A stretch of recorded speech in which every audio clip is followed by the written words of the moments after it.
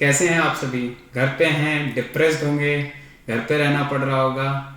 लेकिन एक बात कहना है, घर में रहना है और कोरोना को डिफीट करना है। जैसा कि हमने कहा था कि हम अपनी पार्टनरशिप की वीडियो अपलोड करने जा रहे हैं और आज हमारी फंडामेंटल्स ऑफ पार्टनरशिप की क्लास चलेगी।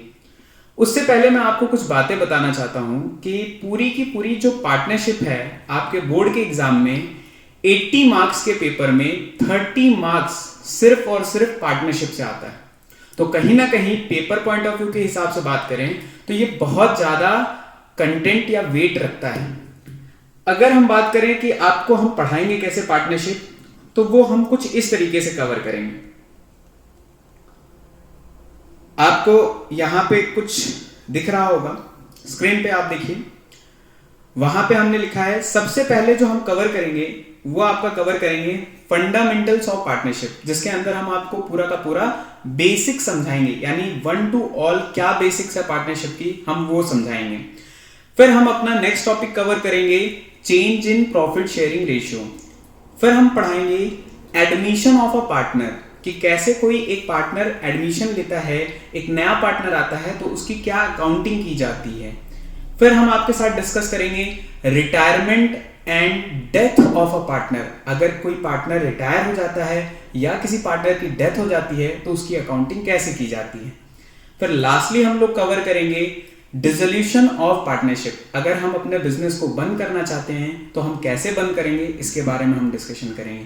अगर हम इन 5 पार्ट्स को कवर कर लेते हैं तो हमारी पूरी की पूरी पार्टनरशिप बच्चों खत्म हो जाएगी और 30 मार्क्स हमारे हाथ में होगा। आपको मैं ये बता दूं कि आपको जो भी चीजें हम पढ़ाएंगे वो नोट्स आप इस दिए गए नंबर पे व्हाट्सएप कर दीजिए, आपको वहां से नोट्स मिल जाएंगे। ठीक है, आप इस नंबर पे कॉल भी कर सकते हैं, आप इस नंबर पे मैसेज कर दीजिए क्लास 12, आपको नोट्स मिल जाएंगी। अब हम अपने क्लास को स्टार्ट करने जा रहे हैं। ये पहला चैप्टर अपना फंडामेंटल्स ऑफ पार्टनरशिप। सबसे पहले यहां पे देखिए फंडामेंटल ऑफ पार्टनरशिप लिखा है। अगर मैं इस चैप्टर को पढ़ के बताऊं तो इस चैप्टर में लिखा है फंडा ऑफ पार्टनरशिप, मतलब इस चैप्टर के अंदर आपको फंडा सीखना है, वो भी मेरे साथ। आओ सिखाऊं तुम्हें अंडे का फंडा। चलिए शुरू करते हैं। सबसे पहला हमारा क्वेश्चन है व्हाई पार्टनरशिप, हमें पार्टनरशिप पढ़नी क्यों है। तो सबसे पहले मैंने यहां पे लिख भी रखा है, आपके स्क्रीन पे आ भी रहा होगा, due to limitation of sole proprietorship business we need partnership. Class 11th में आपने जो भी पढ़ाई की है वो सोल प्रोप्राइटरशिप के बारे में पढ़ा। अब उसकी लिमिटेशंस को दूर किया है पार्टनरशिप में। अगर आपको अपना बिजनेस एक्सपेंड करना है, ग्रो करना है, तो आपको अपने यहां क्या क्या बातों को इंप्रूव करना चाहिए अगर आप सोल प्रोप्राइटरशिप बिजनेस में वर्क कर रहे हैं।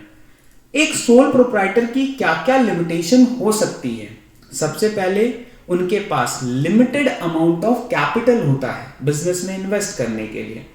किसी भी बिजनेस को अगर आपको ग्रो करना है तो आपको उसके अंदर और पैसे लगाने पड़ेंगे, लेकिन एक सोल प्रोप्राइटर के पास लिमिटेड अमाउंट ऑफ रिसोर्सेज होता है, इस वजह से वो बिजनेस के अंदर और इन्वेस्ट नहीं कर सकता। अगर हम बात करें स्किल्स की, तो जो मैनेजमेंट स्किल्स बिजनेस में चाहिए होती हैं या रिक्वायर्ड होती हैं, वो भी कहीं ना कहीं लिमिटेड होती हैं एक सोल प्रोप्राइटरशिप बिजनेस में। अगर हम आगे की बात करें तो रिस्क टेकिंग कैपेसिटी भी सोल प्रोप्राइटरशिप बिजनेस में कम होती है। रिस्क टेकिंग कैपेसिटी क्या है, मैं आपको थोड़ा सा डिटेल में समझाता हूं। किसी भी बिजनेस को करने से पहले उसके अंदर रिस्क इन्वॉल्व होता है। फॉर एग्जाम्पल, मैंने कोई बिजनेस किया और उस बिजनेस में मैंने 10 लाख रुपए खर्च किए, तो ये मेरा रिस्क है कि वो 10 लाख रुपए जो मैंने अपने बिजनेस में लगाया है, हो सकता है कि वो रिटर्न वापस ना भी आए। कहीं ना कहीं आपने कॉन्सेप्ट सुन रखा होगा बिजनेस में कि more risk more gain, no risk no gain.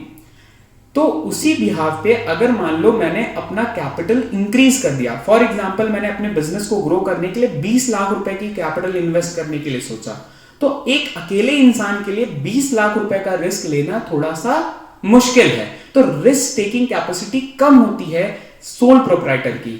आगे हम बात करें तो कंट्रोलिंग कैपेसिटी, जो बिजनेस को मैनेजमेंट और कंट्रोलिंग की जो कैपेसिटी होती है, वो एक सोल ओनर के लिए पॉसिबल उतनी नहीं हो पाती। अब इन्हीं सारी कुछ चीजों को दूर किया है पार्टनरशिप ने। कैसे? So for the expansion of business we need to arrange more capital, skills, controlling and risk taking capacity. So with the help of partnership, we are able to arrange all these resources. मतलब इन सारी चीजों को हम arrange कर लेते हैं किसके through? Partnership के थ्रू. अब मैं आपसे एक टैग लाइन के बारे में कहूंगा. जब बहुत सारे लोग मिलकर के बिजनेस करते हैं ना, तो एक कहावत इस पे बहुत सूट करती है. जैसे आपके सामने लिखा भी है, 2 minds are better than 1.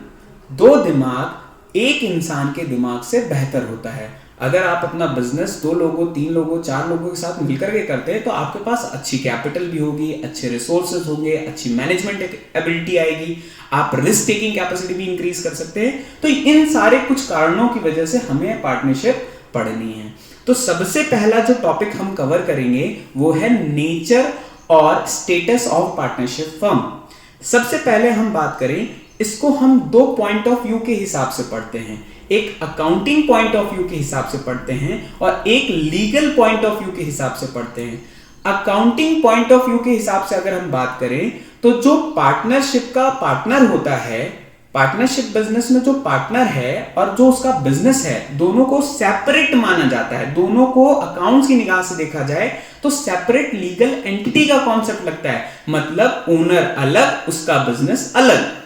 But अगर मैं बात करूं लीगल पॉइंट ऑफ व्यू के हिसाब से, कानून के हिसाब से, कानून की दृष्टिकोण के हिसाब से, तो उनके बिजनेस को और उसके पार्टनर को, दोनों को अलग अलग ट्रीट नहीं किया जाता, दोनों को एक ट्रीट किया जाता है. और उस पार्टनर की लायबिलिटी भी अनलिमिटेड होती है. यहां पे देखिए, not treated as separate business entity, that is unlimited liability of partner. यानी जो लायबिलिटी ऑफ पार्टनर होती है वो भी क्या होती है? अनलिमिटेड होती है. लायबिलिटी के ऊपर अभी हम और डिस्कशन करेंगे इसके फीचर में. दोस्तों, अब हम लोग स्टार्ट करने जा रहे हैं meaning and definition of partnership. सबसे पहले यहां पे लिखा है पार्टनरशिप के बारे में. Partnership is defined by Indian partnership act 1932. Partnership की डेफिनेशन स्टार्ट करने से पहले मैं आपको यह बता दूं, हमारी पूरी पार्टनरशिप के ऊपर एक गवर्न होता है लॉ, जिसको हम लोग बोलते हैं इंडियन पार्टनरशिप एक्ट 1932. पार्टनरशिप से रिलेटेड कोई भी इशू हो, कोई भी झगड़ा, लड़ाई, कुछ भी होता है, तो हम इस एक्ट के पास जाते हैं अपनी प्रॉब्लम लेकर के, और ये कानून के तहत हम अपनी प्रॉब्लम्स को सॉल्व करते हैं. एग्जाम में अगर आपसे कोई डेफिनेशन वगैरह पूछता है तो आपको एक्ट भी लिखना है और सेक्शन भी लिखना है. इससे आपके मार्क्स अच्छे होंगे. आइए, तो पार्टनरशिप एक्ट कहां डिफाइंड है? इंडियन पार्टनरशिप एक्ट 1932 सेक्शन 4 के हिसाब से क्या लिखा है? Partnership is the relation between person. ये रिलेशंस है पर्संस का, who have agreed to share the profits, जो कि प्रॉफिट शेयर करने के लिए साथ में आए हैं. किस चीज का profit? Of a business. Business के प्रॉफिट्स को शेयर करने के लिए आए हैं. अब हम आगे बात करें, it may be carried on by all. चाहे तो वो बिजनेस वो सारे लोग मिलकर के चलाएं, या और any of them acting for all, या तो उनमें से कोई एक सबके बिहाफ पे बिजनेस चलाए. मेरी बात समझ में आ रही होगी. और अभी इसको हम लोग आगे इसके फीचर्स में भी कवर करेंगे. अब मैं आपसे बात करूंगा, कुछ टर्म्स हैं यहां पे. जैसे टर्म्स है पार्टनर. पार्टनर किसे कहते हैं? सपोज यहां पे 2 लोग हैं, मिस्टर ए, मिस्टर बी. मेरी ड्राइंग का मजाक नहीं बनाना है.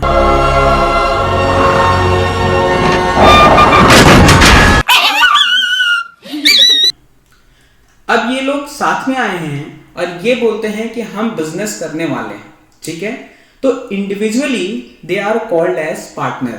अलग अलग, दोनों को अगर अलग अलग देखा जाएगा, they are called as partner. लेकिन अगर कलेक्टिवली देखा जाएगा, they are called as firm. और जिस नाम पे ये अपना बिजनेस चलाएंगे उस नाम को कहेंगे फर्म नेम. एक बार रीडिंग डालिए मेरे साथ. The person who have entered into partnership, जो पर्सन आए हैं पार्टनरशिप में, विद वन अनदर, एक दूसरे के साथ, individually are called as partners, individually उन्हें पार्टनर्स कहेंगे, कलेक्टिवली कॉल्ड एज फर्म, और the name under which the business is carried on is called as firm name, जिस नाम पे उनका बिजनेस चलाया जाएगा उसको हम लोग कहेंगे फर्म नेम। अब हम बात करने जा रहे हैं फीचर्स की। सबसे पहला फीचर्स, या कह सकते हैं ये जितने भी फीचर्स हैं, अगर ये कंडीशन सेटिस्फाई होती है किसी बिजनेस में तो उसे हम लोग पार्टनरशिप भी कह सकते हैं।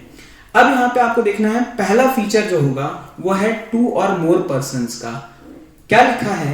There must be at least 2 person to form a partnership. अगर आपको पार्टनरशिप फॉर्मेशन करनी है, पार्टनरशिप बिजनेस करना है, तो मिनिमम कितने लोगों की जरूरत पड़ेगी? 2।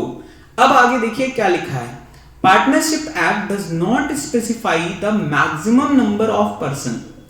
पार्टनरशिप एक्ट ने कहीं पे भी मैक्सिमम नंबर का जिक्र नहीं किया है, इसने मिनिमम तो कहा कि कितने पार्टनर्स होंगे? 2। फिर अगर हम बात करें, but section 464 of Indian companies act 2013, rule 10 of companies incorporation rule 2014 specify the limit as 50 blah blah blah blah. इतने सारे सेक्शन, बच्चा एक सब्जेक्ट अनेक, और ऊपर से इतने सारे सेक्शंस कैसे याद होंगे? टेंशन मत लो, मैं याद करा दे रहा हूं। सबसे पहले अगर मैं बताऊं, मिनिमम की लिमिट पार्टनरशिप में कितनी है? 2। मैक्सिमम की लिमिट 50। किसने बोला है? बस इतना याद रखना, इसे दिया है कंपनीज एक्ट 2013 ने। मैक्सिमम लिमिट किसने बताई है? कंपनीज एक्ट 2013 ने। सेक्शन याद करने का तरीका मैं आपको दे रहा हूं। अगर एक मैच चल रहा है, उसमें विराट कोहली अपने खेल रहे हैं, उन्होंने मारा चौका छक्का चौका, चौका छक्का चौका, याद हो गया? अब देखिए, मिनिमम की रिक्वायरमेंट कितनी थी? 2। किसने बताया? Partnership act 1932। मैक्सिमम किसने बोला है? 50। किसने कहा? Companies act 2013 as per section 464। Very good. अब ऑल्दो अगर आपको रूलिंग याद रखनी है, नहीं रखनी है, कोई प्रॉब्लम नहीं है, मैं आपको नॉलेज के लिए बता दूं, ये एक्ट 2013 में आया, उसमें मैक्सिमम लिमिट उस समय जो सरकार ने बना रखी थी वो थी 100 पार्टनर्स की, लेकिन बाद में इसको चेंज किया गया। 2014 में एक रूल 10 आया, उसमें इस लिमिट को घटा करके 50 कर दिया। ऑल्दो अभी प्रेजेंट में सिर्फ 50 मैक्सिमम पार्टनर हो सकते हैं। ये छोटा सा बॉक्स है, अगर आप इतना दिमाग में रखते हैं तो आपको सारी चीजें याद रहेंगी। अब हम बात करते हैं इसके नेक्स्ट फीचर की, वो है एग्रीमेंट। एग्रीमेंट के लिए लिखा है, there must be an agreement to form partnership. अगर आपको पार्टनरशिप का बिजनेस करना है तो आपको उसके लिए एग्रीमेंट करना होगा। कहता है, this agreement may be either verbal और इन राइटिंग। या तो आप अपना बिजनेस ओरल भी कर सकते हो और रिटन भी कर सकते हो। ओरल बिजनेस गोलमाल है भाई, सब गोलमाल है। हाँ, आज के टाइम पे ना लोग भरोसे लायक नहीं है, तो मैं नहीं कहूंगा कि ओरल पे जाओ। ऑल्दो पार्टनरशिप एक्ट में ऐसा लिखा है कि आप ओरल भी कर सकते हो, लेकिन अच्छा होगा कि आप उसे रिटन फॉर्मेट पे रखो, क्योंकि आजकल कॉन्फ्लिक्ट कभी भी हो सकते हैं। जहां पैसा इन्वॉल्व होता है वहां लड़ाई झगड़ा होता है। तो अगर आपने पहले से सारी चीजें स्टैम्प पेपर पे लिख रखा है कहीं पे, तो आपको कोई भी इस तरीके की प्रॉब्लम फेस नहीं करनी पड़ेगी। मेरी बात समझ में आ गई? एग्रीमेंट ओरल भी हो सकता है और रिटन में भी हो सकता है, लेकिन ये एक प्रैक्टिकल पॉइंट ऑफ व्यू के हिसाब से आपको कैसा बिजनेस करना चाहिए, कैसे काम करना चाहिए, रिटन स्टेटमेंट में काम करना चाहिए, स्टैम्प पेपर पे लिखवा लेना चाहिए। अब हम आपको इसमें कुछ ज्ञान की बात बताने जा रहे हैं। ज्ञान की बात क्या है? ये आपके वैल्यू बेस्ड क्वेश्चन को कवर करेगा, और अगर फ्यूचर में आपको पता है कि सीबीएसई ने अपने जो मार्किंग स्कीम रखी हुई है उसके अंदर 20 मार्क्स का एमसीक्यू भी इंट्रोड्यूस किया है, तो अगर आपको एक एक कॉन्सेप्ट पता होगा तो आपके एमसीक्यू भी सही होंगे। इसलिए आपको theoretical as well as practical दोनों नॉलेज अच्छे से होने चाहिए। अब हम लोग नेचर्स ऑफ एग्रीमेंट स्टार्ट करने जा रहे हैं। क्या नेचर होता है? The agreement may be for fix period. आप पार्टनरशिप का एग्रीमेंट एक फिक्स पीरियड के लिए कर सकते हैं, 2 साल, 4 साल, 8 साल। आप चाहे जितने भी साल के लिए फिक्स कर सकते हैं कि हम अपने पार्टनरशिप को इतने दिन के लिए रखेंगे। For execution of a particular venture, या तो आप किसी एक काम को करने के लिए भी पार्टनरशिप करते हैं या एग्रीमेंट इसलिए भी फॉर्म कर सकते हैं। फॉर एग्जांपल मैं और आप पार्टनरशिप करते हैं, हमने ये कहा कि हम 5 बिल्डिंग्स बनाएंगे, उसका कॉन्ट्रैक्ट लेंगे और जब वो 5 बिल्डिंग्स बन जाएगी तो हम पार्टनरशिप अपनी खत्म कर लेंगे। या तो वो पार्टनरशिप हमारी एट विल, जब तक हमारी इच्छा रहेगी तब तक हम वो बिजनेस कंटिन्यू करेंगे। अब बात करते हैं कि क्रिएशन कैसे होता है पार्टनरशिप का। तो partnership is created by contract, मतलब जब आप एग्रीमेंट करते हो और वो अगर वैलिड होता है तो उसे हम कॉन्ट्रैक्ट कहते हैं। तो पार्टनरशिप का जन्म होता है कॉन्ट्रैक्ट करने से, but it does not arises bye operation of law. Law के थ्रू इसका जनरेशन नहीं होता है या इसका जन्म नहीं होता। क्या कहता है, एज इन केस ऑफ को-ओनर्स या फ्रॉम स्टेटस, एक एग्जांपल मैं आपको देता हूं, को-ओनर्स को हम अभी आगे भी डिफाइन करेंगे। As in case of joint Hindu family business, अगर आप किसी जॉइंट हिंदू फैमिली बिजनेस के बारे में सोचें तो वहां कोई भी मेंबर अगर पैदा होता है, बर्थ लेता है, तो वो उसका पार्टनर बन जाता है या को पार्टनर बन जाता है। बट पार्टनरशिप के लिए आपको सबसे पहले कॉन्ट्रैक्ट करना होगा।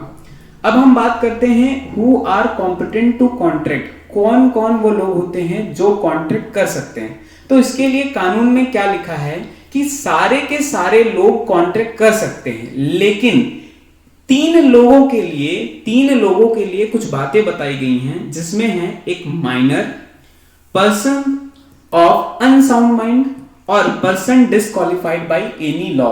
ये 3 लोग कॉन्ट्रैक्ट नहीं कर सकते, चाहे वो पार्टनरशिप का हो या किसी भी तरीके का कॉन्ट्रैक्ट हो। माइनर का मतलब क्या हुआ, जिनकी एज 18 ईयर से कम है।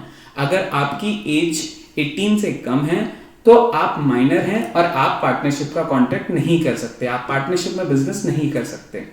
दूसरी बात, पर्सन्स ऑफ अनसाउंड माइंड, अगर कोई पागल व्यक्ति है तो उसके साथ भी कॉन्ट्रैक्ट नहीं हो सकता। ठीक है, अब हम बात करते हैं person disqualified by any law. अगर कानून ने मना कर रखा है, लॉ ने मना कर रखा है कि इन लोगों के साथ आपको कॉन्ट्रैक्ट नहीं करना, तो भी आप उनसे पार्टनरशिप का कॉन्ट्रैक्ट नहीं कर सकते। जैसे मैंने एग्जांपल में कुछ लिख भी रखा है, एग्जांपल के तौर पे एलियन एनिमी, अगर वॉर का टाइम है, फॉर एग्जांपल हमारा वॉर चल रहा है पाकिस्तान के साथ, तो उस समय हम किसी भी पाकिस्तान के नागरिकों के साथ, उसके सिटीजन के साथ हम कोई भी कॉन्ट्रैक्ट नहीं कर सकते। वो नॉट वैलिड है, वो वैलिड नहीं होगा उस समय। ठीक है, ये डिस्क्वालिफाइड बाय लॉ है। कोई कॉन्विक्ट्स हैं, कोई अपराधी है जिसको जेल हो गई है, उसके साथ भी हम कॉन्ट्रैक्ट नहीं कर सकते हैं। और जो पर्सन इनसॉल्वेंट होता है, दिवालिया हो गया होता है, उसके साथ भी पार्टनरशिप का कॉन्ट्रैक्ट नहीं किया जा सकता। तो ये वो लोग हैं जिनसे हम पार्टनरशिप का कॉन्ट्रैक्ट नहीं कर सकते हैं। अब हम बात करते हैं अपने दूसरे और इंपॉर्टेंट फीचर की, वो है carry on a lawful business and profit motive. यानी हमारा जो भी बिजनेस हमें करना है वो लॉफुल होना चाहिए, लीगल होना चाहिए और प्रॉफिट मोटिव भी होना चाहिए। अब सबसे पहले आपके मन में एक बात आएगी, लॉफुल क्या होता है। अच्छा बच्चों, मैंने और आपने एक बिजनेस करने के लिए सोचा, मैंने बोला कि चलो हम एक दूसरे का, किसी का सुपारी देते हैं और उसका मर्डर करते हैं और हमें ढेर सारे पैसे मिलेंगे। क्या ये करना उचित है? This is legal? नहीं, ये लॉफुल नहीं है। हम बिजनेस करेंगे बट वो बिजनेस कर सकते हैं जिसकी कानून हमें परमिशन देता है। और अब मैं आपको बता दूं, यहां पे लिखा है partnership is form to do a lawful business. जो कानूनी सही चीजें हैं उन्हीं चीज का आप बिजनेस कर सकते हो। बिजनेस के अंदर आप क्या क्या कर सकते हो? ट्रेड, कोई भी तरह का कोई ऑक्यूपेशन आप कर सकते हो या कोई प्रोफेशनल एक्टिविटी भी आप परफॉर्म कर सकते हो। बट बच्चे, मैं आपको एक बात बता रहा हूं जो सबसे इंपॉर्टेंट फीचर है और केस स्टडी टाइप में पूछता है। बिजनेस का नेचर कंटिन्यू होना चाहिए, वो वन टाइम का नहीं होना चाहिए। ऐसा नहीं कि आप और मैं एक बार चल करके कोई बिजनेस करते हैं एक डे के लिए, एक बार हमने किया, फिर हम दोबारा उसको रिपीट नहीं कर रहे हैं। फॉर एग्जाम्पल, मैंने और आपने मिलकर के ये सोचा कि हम अपनी जो ओल्ड किताबें हैं उनको ले जाकर के मार्केट में बेच देंगे और जो प्रॉफिट होगा आधा आधा रख देंगे। तो क्या हम पार्टनरशिप में आएंगे? क्या नहीं, क्योंकि हमारा यहाँ पे बिजनेस ही सेटिस्फाई नहीं हो रहा, हम इस बिजनेस को बार बार कंटिन्यू नहीं कर रहे। मेरी बात समझ में आ गई होगी। अब हम बात करते हैं however sharing of income of joint property, say rental income or association created for charitable or religious or social purpose। आप कोई भी रिलीजियस एक्टिविटी करो, क्या उसमें पैसा कमाना इंटेंशन है? कोई भी धार्मिक काम करो, उसमें पैसा कमाना इंटेंशन होता है। कोई सोशल एक्टिविटी करो तो can not regarded as partnership as there does not exist any business. यहां पे कोई बिजनेस इन्वॉल्व नहीं है। अब मैं आपको यहाँ पे एक डिस्कशन करूंगा जॉइंट प्रॉपर्टी की जो रेंटल इनकम होती है उसके बारे में क्यों कहा है। फॉर एग्जाम्पल, मिस्टर ए और मिस्टर बी, उन्होंने मिलकर के एक बिल्डिंग खरीदी, 5 करोड़ की बिल्डिंग। 2.5 करोड़ रुपए ए ने दिया, 2.5 करोड़ रुपए बी ने दिया। अब उसने उस बिल्डिंग को उठा दिया रेंट पे और उस बिल्डिंग से 10 लाख रुपए रेंट आता है हर साल। अब 5 लाख ए रखते हैं और 5 लाख बी रखते हैं। क्या यहां पे हम ये कहेंगे कि दोनों पार्टनर हैं? Answer is no. यहां पे आंसर नहीं है। क्यों? वहां पे सिर्फ वो लोग को ओनर हैं, बट एज अ पार्टनरशिप नहीं काम कर रहे हैं, उनका ये कोई बिजनेस नहीं है। अगर हम अब दूसरे फीचर की बात करें तो यहां पे लिखा है profit sharing. The partnership agreements aim at sharing the profits of the business. हर पार्टनरशिप एग्रीमेंट में ये पार्टनर्स आपस में चाहते हैं कि जो भी उनका प्रॉफिट हो वो आपस में शेयर करेंगे। और it implies sharing of losses. जो उनका प्रॉफिट शेयरिंग रेशियो होगा वही उनका लॉस शेयरिंग भी रेशियो हो सकता है। अभी एक बात आपको ध्यान से समझनी है, क्या कहता है? It is not necessary that each partner must bear the losses. जरूरी नहीं कि जितने पार्टनर्स हैं उस बिजनेस में उनमें से सारे के सारे लोग लॉस को बियर करें। हो सकता है उसमें कुछ पार्टनर लॉसेस को बियर ना करें, अगर उनकी एग्रीमेंट में ऐसा लिखा है तो। आगे हम इसमें एक और चीज बात करेंगे। It may be agreed between the partners that one or more of them shall not be liable for losses. वही सेम चीज को रिपीट किया है। हो सकता है एक या एक से ज्यादा पार्टनर लॉसेस के लिए लाइबिलिटी अपने सर पे ना ले। समझ में आया?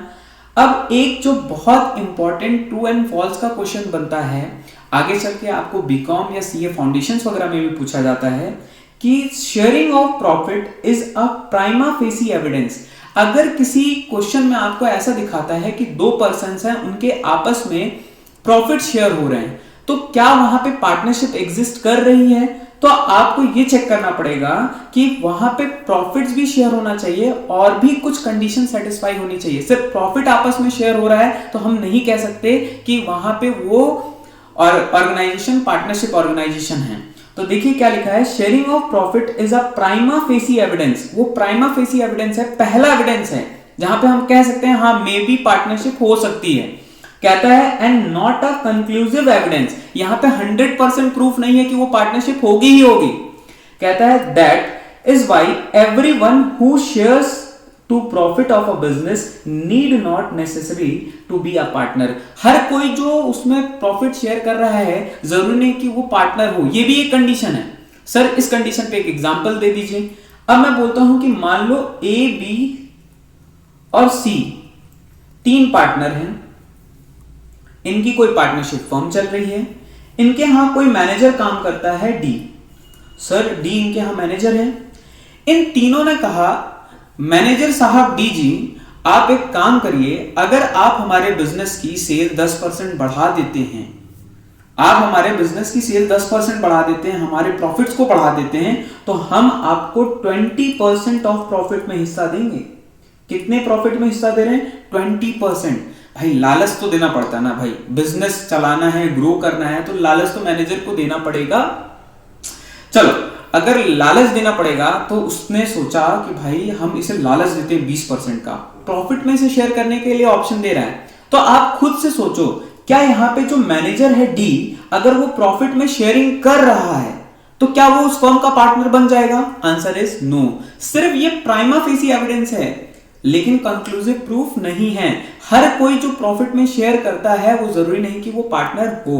तो सर कौन सा ऐसा फीचर है जिससे हम देख के कह सकते हैं कि वहां पे पार्टनरशिप एग्जिस्ट हो रही है? तो सबसे इंपॉर्टेंट जो है वो है म्यूचुअल एजेंसी। सबसे इंपॉर्टेंट रामबाण है भाई ये। अब देखो क्या है इसमें, it means partnership business is carried on by all. ये कहता है, ये कॉन्सेप्ट ये कहता है कि चाहे जो भी पार्टनर हैं उनका जो बिजनेस है वो चाहे सब मिलकर के चलाएं, the partnership is carried on by all, सारे लोग मिलकर के चलाएं, या any of the partner acting for all, या कोई एक पार्टनर उन सबके बिहाफ पे बिजनेस चलाए। मेरी बात समझ में आई? आगे क्या कहता है, जब जहां पे ये रिलेशन एग्जिस्ट करता है ना म्यूचुअल एजेंसी वाला, वहां पे पाप जन्म लेता है। सर ये पाप है? अरे ये वो वाला पाप नहीं है, ये पाप एक रिलेशन है। मतलब हर पार्टनर एक, जब कोई भी परफॉर्मेंस होती है तो वो एक्ट कैसे करेगा, as a partner, as a agent, as a principal. At that time of situation एक पार्टनर को ना 3 चीजें बिलोंग करती हैं। वो पार्टनर भी है बिजनेस का, वो एजेंट भी है बिजनेस का, और वो प्रिंसिपल भी है बिजनेस का। तो देखिए यहां पे क्या लिखा है, कहता है कि it means every partner act in the capacity. हर पार्टनर की कैपेसिटी कैसी होती है, as an agent as well as principal. अब मैं आपको ये समझाऊंगा एग्जांपल से कि कौन लोग एजेंट है, कौन लोग प्रिंसिपल है। अब आप ध्यान से देखिए, यहां पे एग्जांपल मैं बना रहा हूं। फॉर एग्जांपल ए, बी और सी, ये तीनों पार्टनर हैं। अब ये किसी के साथ कॉन्ट्रैक्ट करने जा रहे हैं जो कि है, ये रहा एक डी लिमिटेड कंपनी है। अब ए, बी, सी ने आपस में तय किया कि इनको अपने फर्म के लिए प्रॉपर्टी परचेस करनी है, और इन तीनों ने एक को अपना रिप्रेजेंटेटिव बना के भेज दिया जो कि था हमारा सी भाई साहब। सी भाई साहब डी कंपनी के साथ कॉन्ट्रैक्ट करने गया, इसको समझा के भेजा था, बहुत प्यार से बता के भेजा था कि 5 करोड़ से ज्यादा की प्रॉपर्टी मत लेना। अब ये भाई साहब गए, सी भाई साहब गए डी लिमिटेड कंपनी के पास, और इन्होंने सौदा तय कर लिया 5 करोड़ 70 लाख रुपए का। इनको बहुत पसंद आ गया, और उनको लगा कि ये सुटेबल होगा।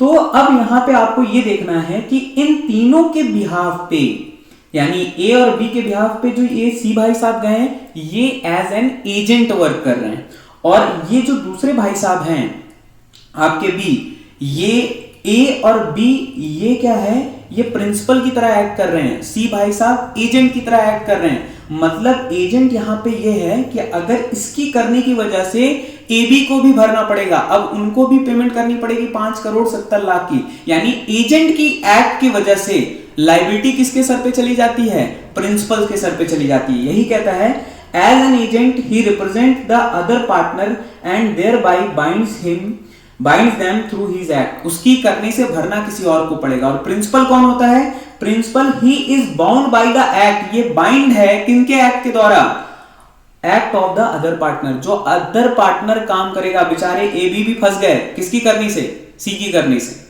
और लास्टली सबको पता है कि लायबिलिटी ऑफ अ पार्टनरशिप कैसी होती है, पार्टनर्स की लायबिलिटी कैसी होती है, अनलिमिटेड। इसका मतलब यह है कि जितना पैसा उनके बिजनेस के अंदर लगा हुआ है, सिर्फ वहां तक उनकी कैपिटल लिमिटेड नहीं रहेगी। अगर कल को कोई डिफॉल्ट होता है, कोई भी ऑब्लिगेशन उनके ऊपर अकर करती है, उनका बिजनेस लॉस में जाता है, तो उनको अपनी पर्सनल प्रॉपर्टी भी ला करके देनी पड़ेगी बिजनेस की ऑब्लिगेशन को पे करने के लिए।